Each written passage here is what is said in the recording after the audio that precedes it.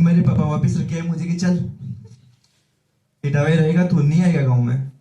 रखा, दूसरे स्कूल में रखा और चला गया मैं 2-3 दिन पढ़ने वापस। लेकिन अपना तो वही कोने में बैठ के वापस रोना स्टार्ट। फिर सब बहुत खतरनाक जर्नी रही। मैं गांव आया तो गांव वाले लोग ये कहते थे आगे मतलब आता था ना, मजा आता है। कई लोगों को कुछ होते हैं, हर व्यक्ति खराब नहीं होता, अच्छे व्यक्ति भी होते हैं। जो खराब होते हैं ना वो भी अच्छे होते हैं, वो आपको आगे बढ़ने के लिए प्रोत्साहित करते हैं। मान लो मैं आपके किसी की बेइज्जती कर दूं और उसको बात लग जाए और फिर वो एकदम सक्सेस होके दिखा दे तो अलग ही अचीवमेंट होती है ना। तो ऐसे ही कुछ मेरे साथ हुआ।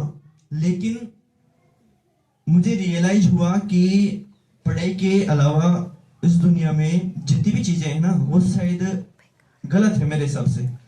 बिना पढ़ाई के आदमी आगे बढ़ भी नहीं सकता। Education is most important. बिना पढ़ाई के क्या कर सकता है? ना उसको चीजें समझ में आएगी, दुनिया में क्या हो रहा है, ना उसको ये समझ में आएगा। तो मैंने वापस किया स्टार्ट यहाँ से और 12th में गया मैं डायरेक्ट। 11th का तो मैंने प्राइवेट दे लिया पेपर ऐसे ही। फिर 12th में गया और पता है वो जो छोरा कोने में बैठ के रोता था, किसी कोने में बैठ के रोता था, उस छोरे ने स्कूल में टॉप किया। तालियां तो बजाओ। क्या किया उसने? टॉप। ठीक है, किसने? जो कोने में बैठ के रोता था। अब सोचो, इस तुम मेरी तरह तो नहीं हो, मुझसे तो कोई बेहतर हो तुम लोग, बहुत अच्छे हो तुम लोग। तो तुम्हें तो कोने में बैठ के रोने का भी नहीं मिलेगा क्योंकि 12th तो यहाँ से हुई जाएगी तुम्हारी। ग्रेजुएशन का टाइम जो आता है उसमें आप अपने हिसाब से कर सकते हो। ठीक है, मैंने 12th में टॉप किया।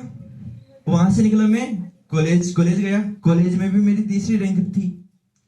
मतलब 7-8 हजार स्टूडेंट रहते हैं, उनमें तीसरी रैंक। फिर एमए में मैंने टॉप किया। ठीक है, तो देखो जो जितनी बेइज्जती सहन करता है ना वो उतना आगे जाता है। फिर मैंने नेट के एग्जाम देना स्टार्ट किए। नेट में फेल, पेपर में फेल। पढ़ा नहीं था। फेल होने का क्या कारण था? पढ़ा नहीं हूं। ठीक है, दूसरा पेपर दिया, दूसरे पेपर में भी फेल। क्यों? पढ़ा नहीं हूं। घर वालों को लगता था कि पढ़ा होगा ये भाई साहब। फिर किसी ने बोल दिया द्रवद न हो तो छोड़ दे, खाते करो वो। फिर वो लग गई मेरे। मैंने कहा अब तो करना ही है। नेट का एग्जाम होता है, नेशनल एलिजिबिलिटी टेस्ट, यानी कि टॉप 6 बच्चे लिए जाते हैं ऑल इंडिया से। टॉप 6% बच्चे लिए जाते हैं ऑल इंडिया से। उसमें वो असिस्टेंट प्रोफेसर के लिए होता है।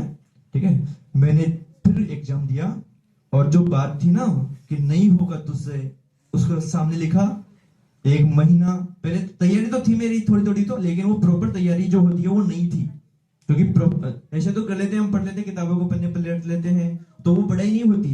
पढ़ाई होती है गहन रूप से। तो फिर मैंने सोचा कि रहने दे भाई, अब तो करना ही है, छोड़ सारी चीजें। और बैठा, पढ़ा और मुझे पेपर देने से पहले यकीन हो गया कि इस बार हो जाएगा। और हुआ भी यही। जब रिजल्ट आया तो मेरा हो चुका था और उस दिन मुझे बहुत ज्यादा प्रसन्नता की अनुभूति हुई। उसके बाद में मैंने कॉलेज ज्वाइन कर लिया, कॉलेज में पढ़ाने लगा। ठीक है, तो एक जर्नी होती है अपनी। ठीक है, लोग आपको डिमोटिवेट करने की कोशिश करेंगे, हताश करने की कोशिश करेंगे, लेकिन आपको कभी भी हताश होना ही नहीं है। कोई कुछ भी बोले आपसे, ठीक है, आपको कभी निराश नहीं होना, आपको निरंतर आगे बढ़ते रहना है। ठीक है, एक और कोटेशन है, शायद गीता में भी है ये quotation, we are responsible for the efforts not outcome. यानी कि हम प्रयास के लिए उत्तरदायी हैं। किसके लिए उत्तरदायी हैं हम? प्रयास के लिए, कोशिश के लिए उत्तरदायी हैं हम। बाकी अगर हमने मेहनत अच्छे से की है ना तो फल भी बहुत अच्छा शानदार मिलेगा हमें।